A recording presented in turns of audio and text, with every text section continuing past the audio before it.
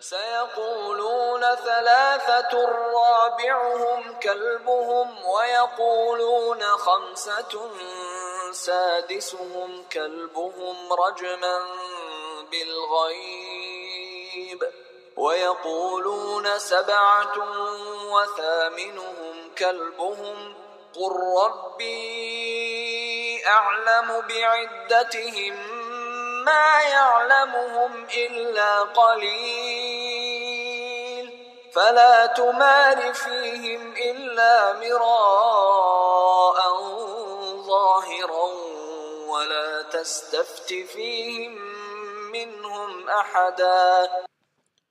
Assalamu alaikum warahmatullahi wabarakatuh. Welcome back, dear brothers and sisters. Alhamdulillah, in our previous session we did duals, how to use dual nouns, and we learned about the interrogative article, or you can say come, about how many and how, what the noun comes after it. So we're just going to have a quick revision about muthanna, the duals, and what we learned about come. So just look at these sentences. You say hada kitabun. So how do you say for duals? You say hadani kitabani. So you got hada qalamun, we hadani qalamani.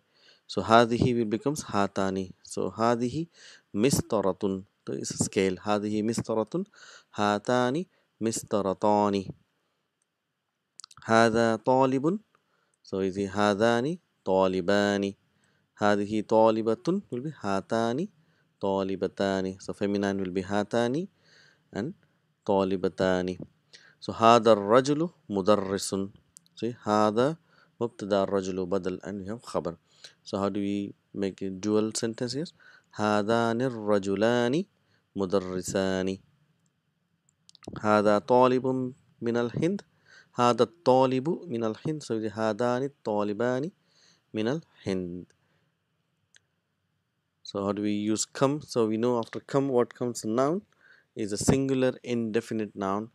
So but however when we translate as a plural, like come, how many brothers or how many sisters, how many pens we say in English, but in Arabic it will be singular noun indefinite with fatha mansoob. So for example here you have come ukhtan laka, come qalaman indaka.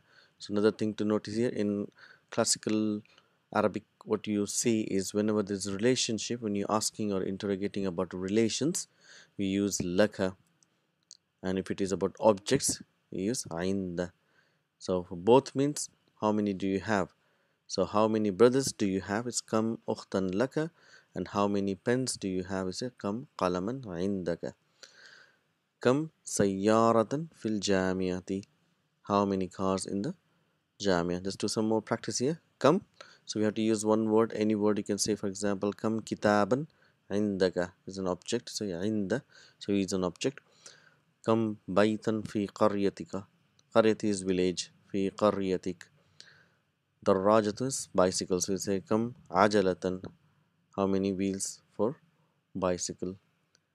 So again here come, you can say relationships. Come ukhtan or come akhun laka. Come taliban fi faslikum. How many students in your class? Come sariran. How many beds fi ghurfatik in your room? So that's the how we learned about come and duals. So coming to, so we know the singular and duals. Coming to numbers now. So we're going to learn today how the numbers are said and how the numbers are used in a sentence in Arabic. As in, we know it's quite different, the concepts and how things come together in Arabic. The same will apply to numbers as well. So we will see there's a lot of things going on in numbers. So first of all, let's see how the numbers are said. So واحد اثنان ثلاثة أربعة خمسة ستة سبعة ثمانية تسعة عشرة. So this is 1 to 10. So in this book 1, Dr. Abdul Rahim introduces us to numbers 1 to 10. So we're going to learn number 1 to 10. So let's do it again. It's واحد is 1, اثنان is 2, ثلاثة is 3, Arba'atu is 4. Khamsatu is 5. Sittatu is 6. Sab'atu is 7. Thamaniyatun is 8. Tis'atun is 9. Asharatun is 10. So how do we use this in sentences? So this is where things are slightly different, so we need to understand. So if you want to say I have one brother, so when we use number one in a sentence, so just see how we use it. So we say li akhun wahidun. So li akhun wahidun. So wahid is number one. So this number one, it always comes as a naat. So when we translate, literal translation will be I have brother one, but we know when the naat comes, we have to translate naat first. So I have one brother is li akhun wahidun. So it's naat man'ut relationship. So we can say indi kitabun wahidun. So I have one book. So the one comes after the man'ut kitabun wahidun. So we don't say indi wahidun kitabun. We don't say li wahidun akhun. It'll be wrong. So li akhun wahidun li kitabun. Indi kitabun wahidun. Same thing with number two. So for example, we say indi qalamani ithnani. So normally if you just say qalamani, it's understood 2 pens, but when you have to use a number to give more emphasis, so then we have to bring it as a naat. So again here it's a naat man'ut relationships. Indi qalamani ithnani. Naat man'ut. So number one and number two. So that's why previous if you see here, so we gave different numbers because this 1 and 2 they behave differently. So when these numbers are used, they used as a naat. So but when you see from number 3, the things change. So we have to see what are the things that become change. So number 1 and 2 we have naat man'ud. So when we use, so from number 3, so what we have is mudaf ilahi relationship. So if we understand mudaf ilahi, so mudaf cannot have al, cannot have tanween. So the numbers when we use it in a sentence with along with the noun, so they cannot have tanween and they cannot have al, and the noun after it is mudaf ilayhi. So for example, if we say 3 books, so we translate in Arabic in the same way. So we have a number first and then we have got the object, but whereas for number 1 and 2 is the object first and then the number. So we need to remember this. So we say thalathatu kutubin.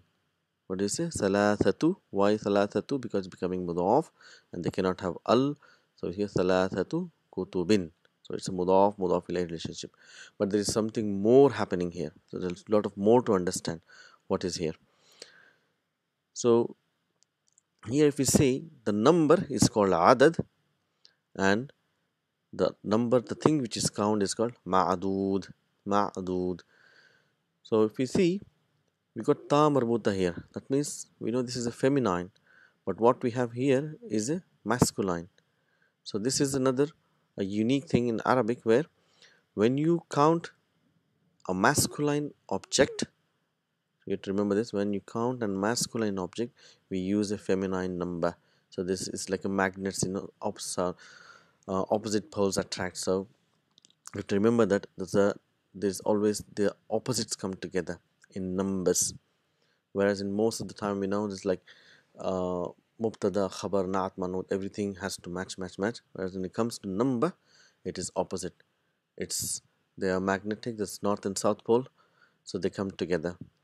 So adad, if ma'dud is masculine, then the adad will be feminine. So we're doing masculine nouns in this lesson, so we just stick to that. So that's why we say thalathatu kutubin. We don't say thalatha kutubin, it's thalathatu kutubin.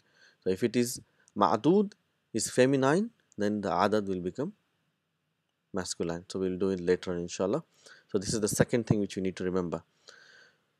So what is the other thing? So from 3 we need to remember 3 things. So one is that the relationship is mudaf ilayhi. Second thing is that the ma'dud, if it's masculine, then the adad is feminine.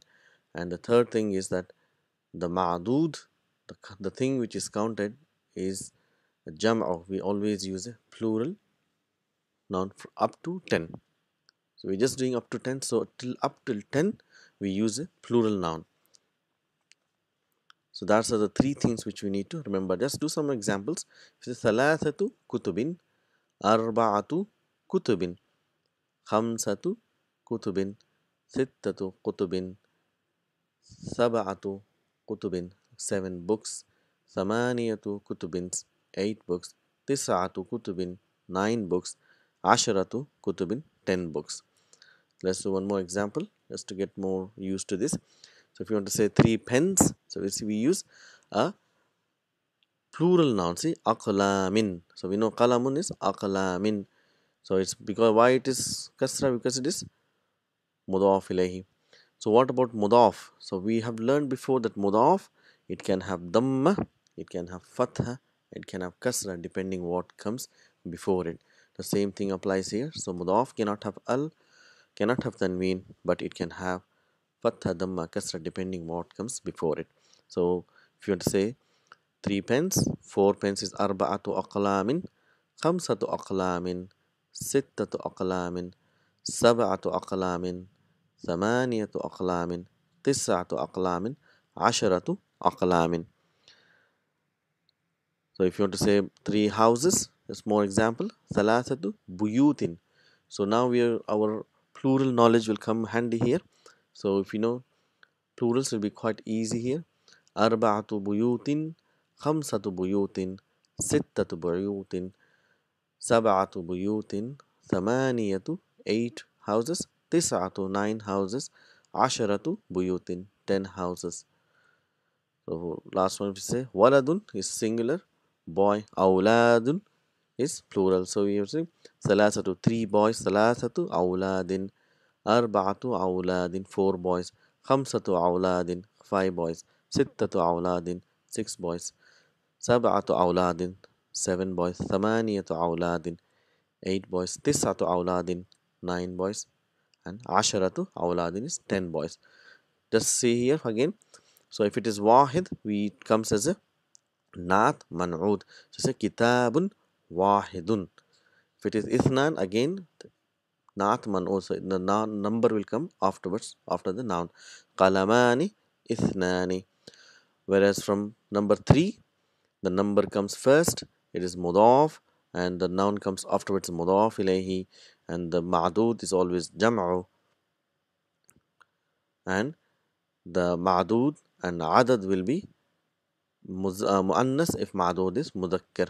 So it is opposite way. So these are the 3 things which you need to remember. So salasatu kutubin, arba'atu rijalin, khamsatu awladin, sittatu riyalatin, 6 riyals, sab'atu abwabin, 7 doors, thamaniyatu qisasin, 8 stories, tis'atu ikhwatin, ikhwatin is plural for akhun, so 9 brothers, ashratu qurushin, qurush means loans, so 10 loans. So this is how we use the numbers. So inshallah we'll practice more in our next class. So till then, just remember the concepts. We'll see you again. Assalamu alaikum wa rahmatullahi wa barakatuhu.